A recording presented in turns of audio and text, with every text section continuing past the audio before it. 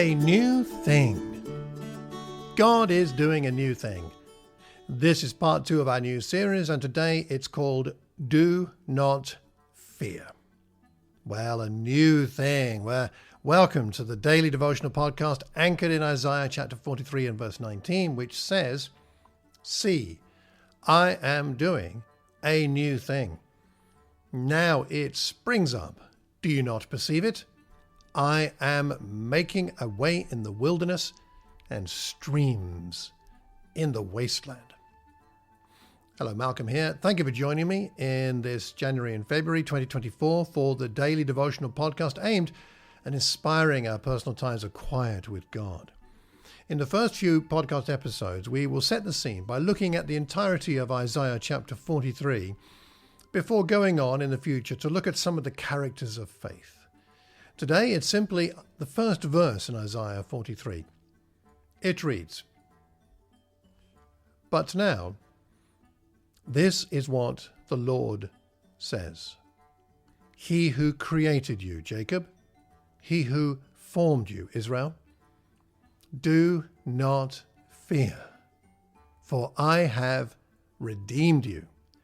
I have summoned you by name. You are mine."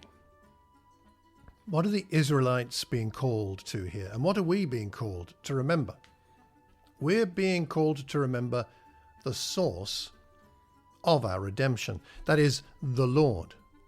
You see, he created and formed us, just as he formed and shaped the nation of Israel. So he did that for you and me also, didn't he? He chose us. That wonderful passage in 1 Peter chapter 2 and verse 9, you are a chosen people.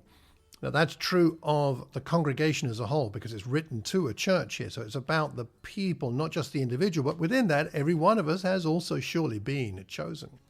We're a chosen people, a royal priesthood, a holy nation, God's special possession. Isn't that a wonderful thought? You are his. We are his special possession, that you may declare the praises of him who called you out of darkness into his wonderful light.